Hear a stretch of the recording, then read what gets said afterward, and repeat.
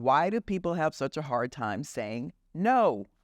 It can be no but stop saying yes when you don't mean it. I've talked about people-pleasing tendencies and the need to be liked. These behaviors undermine leadership effectiveness. Saying no in the workplace is an important skill that helps you maintain boundaries, prioritize tasks, and assert your own needs and limitations. Watch and learn to say no with a smile.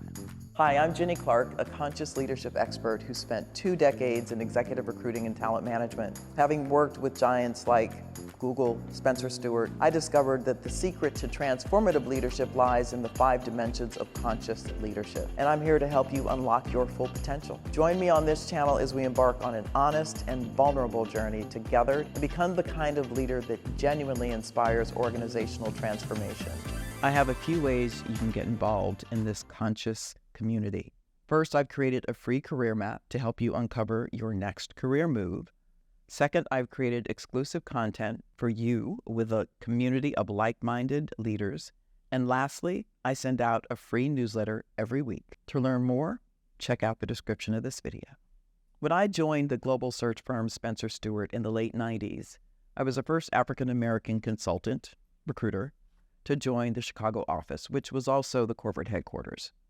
I was the only person of color for that matter, and the only woman with a child. I had a lot to learn and to deal with personally. My son had just turned 1. My mother died of lung cancer 1 month after joining, and 6 months after I started, I asked my husband for a divorce. Having said all that, I was excited to be with one of the largest and most well-regarded search firms in the world. In my early days, several of my colleagues approached me and said they had clients who were interested in diversity and wanted to introduce me to them. I was fine with that as I needed as much exposure as I could get, but that wasn't all. Several of these colleagues suggested that I form a diversity practice, and I thought about it. I spoke to a couple of colleagues of varying time with the firm, white and black, male and female. I rather quickly decided to say no to forming a diversity practice. I think a few people were surprised. Typically, when you join a firm, you want to say yes to everything, right? To appear as a team player. However, in my case, I knew that would be a mistake. Here are my reasons. I didn't know enough. I'd never been in professional services organization to deal with a practice, and this would be a different animal since other practices were aligned across industry sectors. By that I mean industrial, consumer, healthcare, or functional, chief marketing officers, chief financial officers, CEOs. This would be about identifying more women and people of color to include as candidates for our clients. I understood a lot about diversity as a black woman with 10 plus years of corporate experience at that point. But this was something different that I'm not so sure that those making the ask understood that well. I needed to build a foundation. Before I would consider running a practice, I needed to learn the business of recruiting at this level. The firm had robust mandatory training, and I took a lot of time in the first year, and I needed to use the rest of my time putting that training to use. That is, executing searches with seasoned partners. I had to be a credible recruiter before I'd be credible as a practice leader. That also meant I needed to generate business and meet financial targets. My personal life was in flux. Losing my mother was devastating, and I'd lost my dad only a few years before. My son was young, and I knew divorce was imminent. I had to consider the implications of being a single mother with no real support system locally. I explained the first 2 reasons to my colleagues, but didn't offer the third. That would become apparent as people got to know me. I also offered to meet clients and support some of their unique needs on certain searches. That would serve me well if I did decide to build the practice. I did understand client considerations and realistic expectations for diverse pools of candidates. At the end of my 2nd year with the firm, I agreed to co-found the practice with another African-American woman colleague in another office. We had started at the same time, became good friends, had different but complementary skills. We ran the practice together for 5 years, after which time she took on other responsibilities in the firm. I became the sole head for the practice for the next 5 years until I decided to leave the firm to write my book. The moral of this story is, do what works for you. Consider the long game. My no didn't mean no never. I'm pretty sure that my initial decision gave some of my colleagues confidence that I would be a thoughtful practice leader because I considered not just their needs, but my own capacity, as well as my career and personal objectives. So here are some workplace lessons on how you can say no effectively. Set clear boundaries.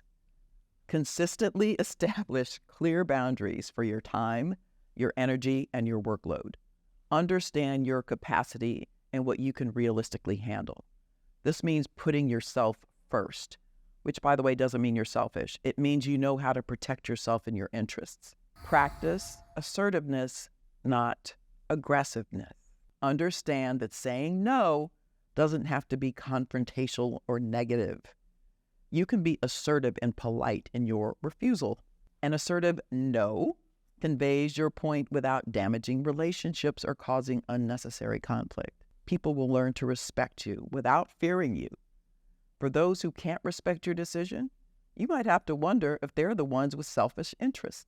Offer alternatives or solutions when saying no. Consider proposing alternatives or solutions. This shows your willingness to help, even if you can't fulfill the initial request. If you can't be at that meeting, it could be the perfect opportunity to send a team member who could use the chance to shine. Communicate your reasons. It's often helpful to explain why you're saying no. This provides context and helps others understand your decision. And remember, you don't always have to apologize. I'm of a mind that says, I don't owe you anything.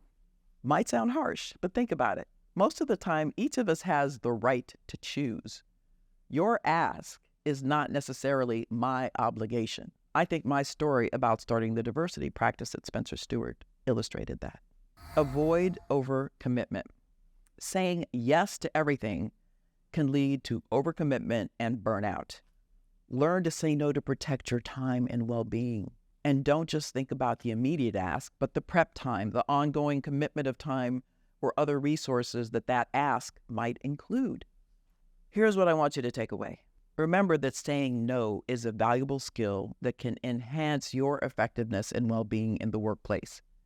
It's not about being negative or uncooperative, but about making thoughtful choices that align with your priorities and responsibilities.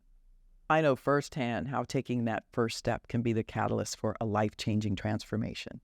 I remember the moment I decided to harness my own strengths, and it made all the difference in my career. That's why I've created a career mapping tool just for you to help you uncover your unique competencies and leverage them to design your own career map. Take the first step towards your next level by clicking the link in the video description, and let's start this incredible journey together.